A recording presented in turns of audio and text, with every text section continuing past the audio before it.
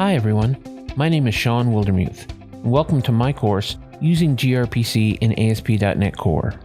I am a Microsoft MVP author and an international speaker.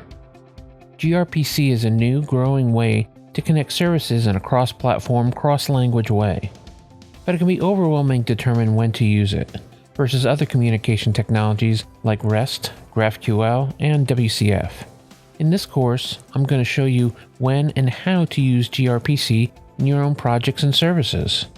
Some of the major topics that I'll cover include where to use gRPC in your own data centers and microservice architectures, digging into protocol buffers, the interface language of gRPC, how to implement gRPC as part of your existing ASP.NET Core projects, how to build client for gRPC, both in .NET and in Python, and how to secure your gRPC services.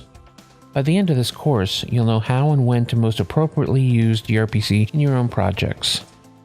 Before beginning this course, you should have some familiarity with ASP.NET Core.